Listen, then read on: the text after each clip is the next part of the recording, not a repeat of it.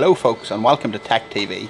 I've just got this cow into the crush and she is not lame where you would expect her to be lame. I'm going to show you a little shot of this foot and see can you spot which claw she's actually lame on.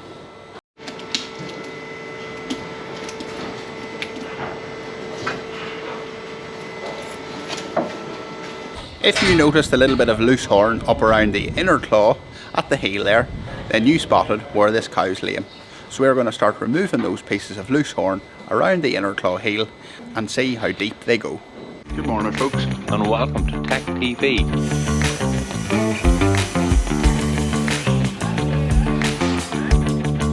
I don't know what you would call us, but I think we'll go down under the name of hoof trimmers.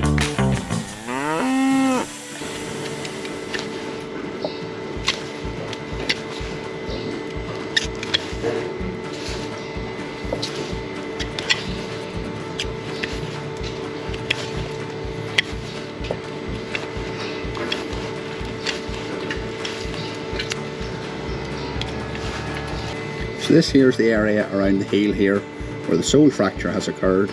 It's going down as far as this here. She's a little bit higher here than she is here, so I'm going to lower this here with the grinder and hopefully this sole fracture doesn't go too low, but we may have to strip away this whole sole. Let's see.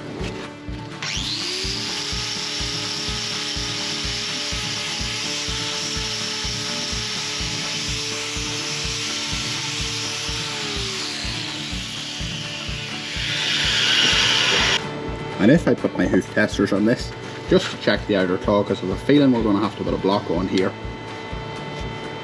That seems sound. No flinching or reaction from the cow. We go over here gently. Just by touching that, she's already yielding on that. So we're going to have to clean this up for a block, and then before we strip away the rest of this here.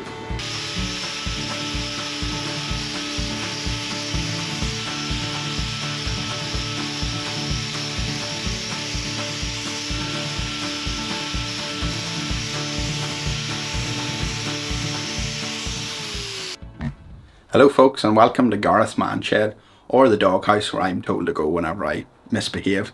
But I'm just packing up some stuff, some hoof knives and some glue going out, and I just wanted to let you know that we're going live tonight, 9:30 UK time. We won't be in, well, we might lock Tom in the container, but we'll be live from the house at 9:30 tonight. Don't miss it. Here we have a nosy cow coming up to investigate what's going on with her friend.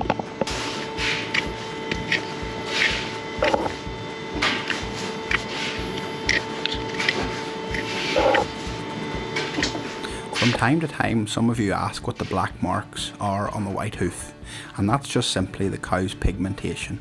Since she's a black and white cow, she has the very same colouring in her hooves.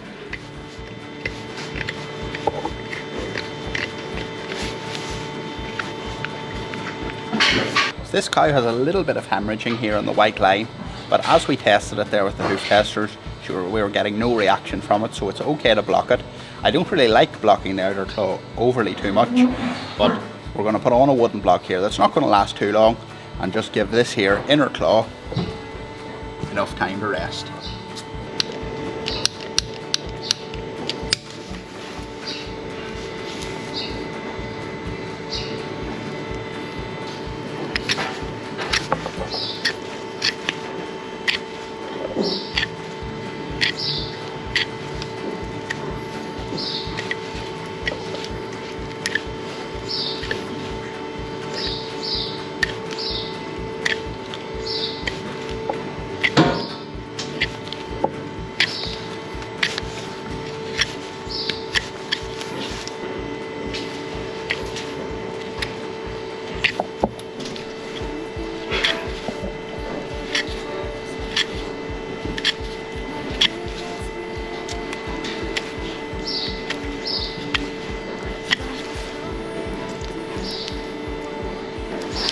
Wow, I really didn't expect that foot to be blowing any pus bubbles at me today, but that just adds a whole new dimension to this trim.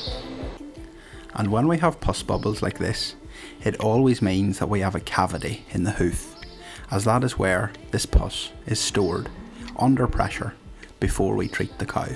And with every cavity like this that we treat, we have to make sure that all of the sharp, loose edges of horn are completely removed to allow this hoof to recover fully.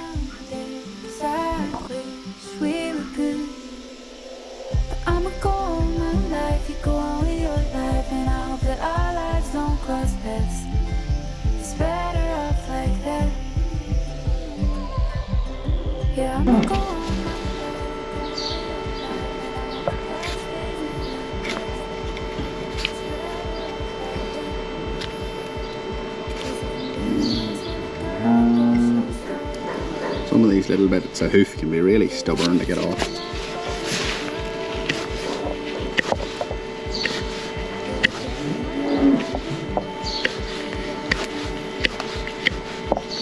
This here is obviously this little cavity that was holding that little bit of pus. So I think we've nearly got that cleaned out. So just got to go gently down here. We're getting very close to the corium. And as it's a dirty environment, as you can see, we try to keep things as clean as we can by washing out the lesion.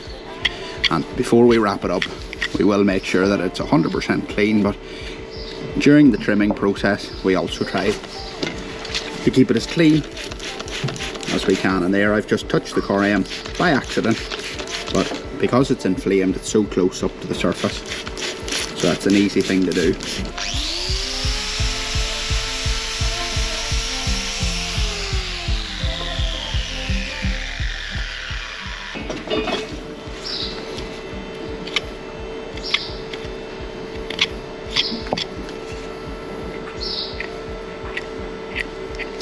Those last wee bits of, oh, another little bit of pus coming out of there. I can really understand why this little cow was on the farmer's lame list. And we know we're starting to get to the end of the pus cavity when we see the red sauce starting to flow out.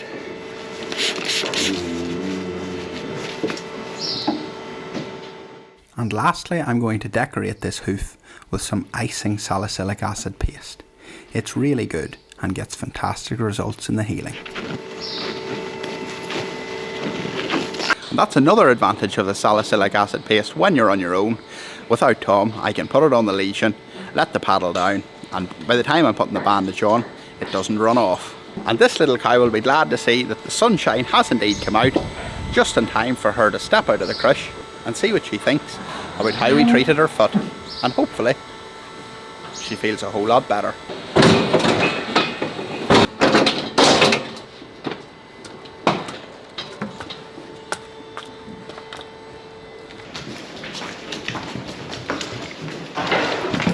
And off that little cow goes to join the rest of the herd, stepping out an awful lot more comfortable than she was this morning.